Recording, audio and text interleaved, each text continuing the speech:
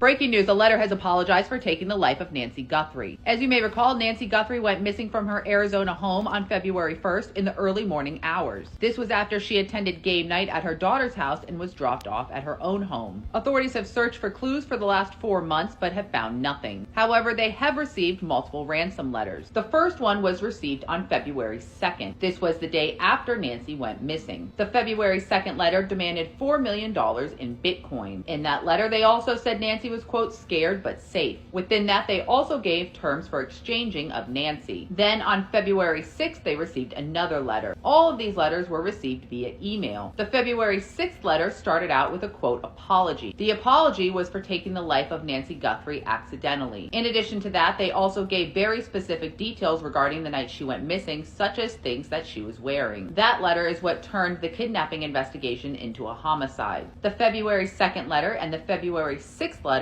both came from the same IP addresses.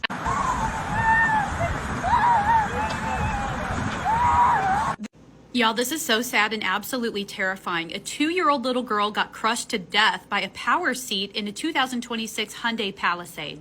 This happened in Akron, Ohio. A mom, dad, and their 2 kids had gone to a store. The dad went inside to do a little bit of shopping, but the mom stayed in the vehicle with the 2 kids. And while they waited, she let them out of their car seats and let them play around in the vehicle, which a lot of people do.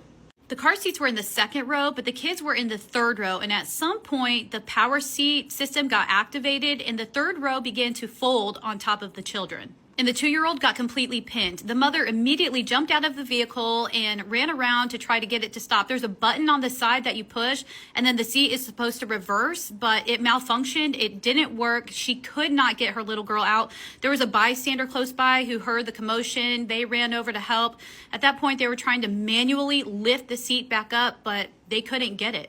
By the time they were able to get her out, it was too late, and she passed away from the injuries. Are you fucking serious right now? We're in a bad spot too. Kinsey Cirillo wasn't convicted because she got in a tragic accident. She was convicted because investigators, prosecutors, and eventually the judge believed that she used her car as a weapon. More specifically, to kill her boyfriend Dominic. Unfortunately, Dominic's friend Davion was also in the car, but in prosecutors' own words, she just saw him as cargo. She had complete disregard for their lives and after the fact, complete remorse for their deaths. On July 21st, 2022, Mackenzie was 17 years old and she was driving a Toyota Camry in Strongsville, Ohio. In the passenger seat was her 20-year-old boyfriend, Dominic Russo, who's on the left, and in the back seat was their friend, Davion Flanagan, who was 19. By about 5:36 a.m., they would both be dead. When police got to the crash scene, it was so severe that the officer described the car as basically looking like it had been cut in half. The car ran into a brick wall at 100 miles per hour with zero attempt to stop.